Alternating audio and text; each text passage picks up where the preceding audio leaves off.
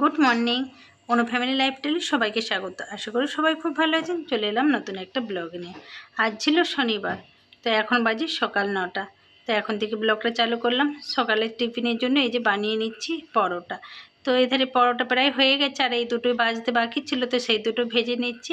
আর ওপাশে করেছিলাম সম্বর, তো সম্বরটাও কিন্তু আমার হয়ে গেছে।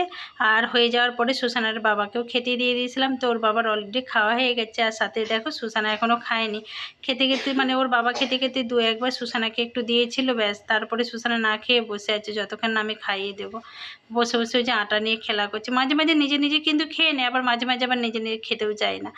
তো এই ধারে এই যে দেখো আমার সম্বরটা হয়ে গেছে। আজ প্রেসার কুকারে রান্না করেছিলাম, তো খুব তাড়াতাড়ি কিন্তু এই সম্বরটা রান্না হয়ে যায়। অনেক রকম সবজি দিয়ে রান্না করছিলাম, আলু, বেগুন, ক্যারেট, বিনস, আর সাথে ছিল কুমড়ো, ডাল, যে কোনো ডাল দিলেই চলে। তো ডাল দিয়ে সব রকম দিয়ে হেঁচে করেছিলাম সম্বর।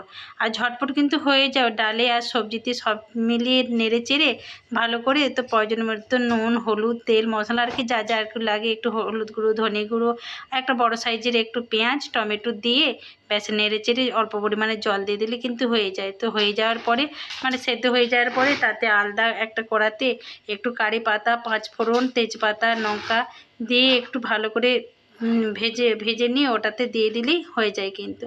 তো ওপাশে ওই যে খাওয়া দাওয়ার পরে এখানে চলে এলাম এই যে মাছগুলো বাছতে। তো সকালে কিন্তু বাজারে করে নিয়ে এসেছিলো আলু, পেঁয়াজ, বেগুন, শাক, আর এই যে পমফ্রেট মাছ। মাছগুলো কিন্তু ছোট ছোট ছিল। আজকে বেশ এই মাছগুলোর খুব মার্কেটে পাওয়া গেছিলো, বড় মাছের খুবই দাম। তো ছোট মাছগুলো দেখেই নিয়ে চলে এলো। আর এই মাছ বড় খাওয়ার আমাদের অত ভাগ্য এখন হয়ে ওঠেনি, কারণ খুবই দামের মাছ। তো যাই পারে হোক, ছোট ছোট দেখে নিয়ে এসছে। এর কিন্তু খুব একটা কাঁটাও নেই, তো সুসানাও খেতে পারবে, যার জন্য এই যে দেখো মাছগুলো নিয়ে এসছে। আর আমি কিন্তু মাছগুলো বেছে নিচ্ছিলাম। আর ওপাশে ওই যে ওর বাবা কিন্তু শাকগুলোও বাছছিল। আর সুসানা কি করবে, স্কুল বন্ধ, আজকে খেলাধুলা করতে যাচ্ছে দুদিন ধরে। এখন একটু বেশ খেলাধুলা করতে থাকবে। তো চলো কাজ। এখন বাজে 1:45। তো আমার রান্নাবান্না হয়ে গেছে। রান্নাবান্না করে গ্যাস ফ্যাসগুলো মোছামুছি করতে করতে ভিডিওটা অন করলাম। তো এধারে এই যে দুপুরের আজকে রান্না। আর সুসানা পাশে কিন্তু স্নান ফান করে নিয়েছি। ওকে বললাম যে গাটা মুছিয়ে ওকে জামাটা পরতে বললাম। আর আমি এধারে এই যে গ্যাস ফ্যাসগুলো মুছিয়ে ওকে এবার ভাত দিয়ে দেবো। তো আজকে শনিবার, সুসানা ঘরেই আছে। তো শনিবার আজকে স্কুলটা ওর বন্ধ ছিল। তো যাই করে হোক, তো এই যে আজকে দুপুরে রান্না। তো এই যে ভাতটা থেকে এখনও ধোঁয়া উঠছে। আর এখানে আছে পমফ্রেট মাছের ঝাল, সরষে আর পেঁয়াজ বাটা দিয়ে পমফ্রেট মাছের ঝাল। আর নিচে আছে লোটে শাক ভাজা পেঁয়াজ দিয়ে। আর সাথে আছে গোটা বেগুনের ঝাল। গোটা বেগুনের আর কি রেসিপি। এটা কিন্তু আমাদের দারুণ লাগে। টক দই দিয়ে রান্না করতে হয়, তো দারুণ লাগে। সেভাবে বেশি মশলা না দিয়ে টক দইটাকে বেশি পরিমাণ দিতে হয়, তো দিলে এইটা কিন্তু দারুণ লাগে খেতে।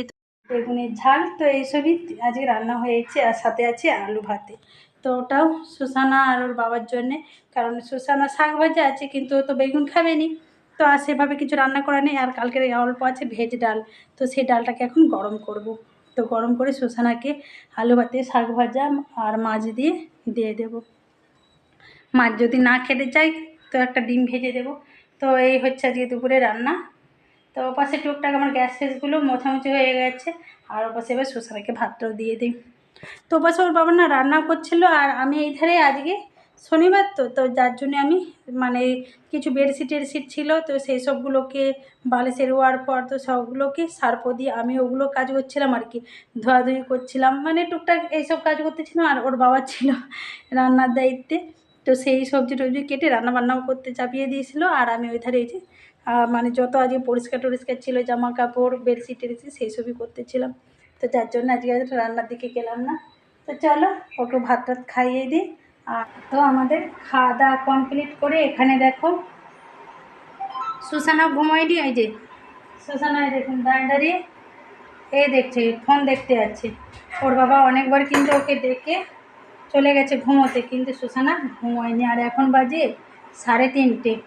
আর আমি এখন দুপুরবেলা না ঘুমিয়ে তো ডেলি সুসানা শুধু আইসক্রিম খেতে যায়। তো ভাবলাম আজকে একটু ঘরে দই বসাবো। তো টক দইটা প্রায় দিন বসানো হয়। তো 500 করে দুধ নিয়ে হয়। তো সব দিন না খাওয়া হয়নি দুধটা। তো কোনো দিন থাকলে ঘরে দিই দই বসিয়ে দিই। তো দোকানের থেকে মনে হয় ঘরে দইটাই খুব ভালো হবে। আর হচ্ছে যে এটা হচ্ছে যে মহিষেরও দুধ না, গরুর দুধ দেয়। আর দোকানে তো অনেক সময় হচ্ছে মহিষের দুধও থাকে। তো যার জন্য ভাবলাম যে ঘরে টক দইটা অনেকবারই মানে প্রায় দিনই বসানো হয়, তো যার জন্যে আজকে ভাবলাম একটু মিষ্টি দই বসাই। তো কালকে দুধ রয়ে গেছিলো, কালকে না শোষানাও খায় না আর ওর বাবাও খায়নি, তো যার জন্যে দুধরা ছিল, তো সেই দুধরাকে এখন এই যে গরম করছি। এখানে আজকে দুধরা গরম করছি আর এটা হচ্ছে কালকের দুধরা। তো তাতে একটু এই যে, তো তাতে একটু হচ্ছে যে চিনি দিয়ে ক্যারামেল তৈরি করে তাতে এই যে দুধরা দিয়ে দিয়েছি, দিয়ে তাতে যে গরম করে নিচ্ছি আর সাথে পাউডার দুধও দিয়ে দিলাম। তো অল্প পরিমাণে দিয়েছি, দিয়ে একটু এই যে ভালো করে ফুটিয়ে নিচ্ছি যতক্ষণ পর্যন্ত একটু মোটা গাঢ় হয়ে এলে, পাতলা আছে এখন অনেকটাই, তো একটু মোটা গাঢ় হয়ে এলে তারপরে ঠান্ডা করতে দেব।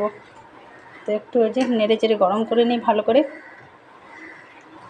বলে না নেই কাজ তো খই ভাজ, তো দুপুরবেলা কিছু কাজ না থাকলে না টুকটাক এরকম জিনিসগুলো তৈরি করতে বেশ কিন্তু ভালোই লাগে।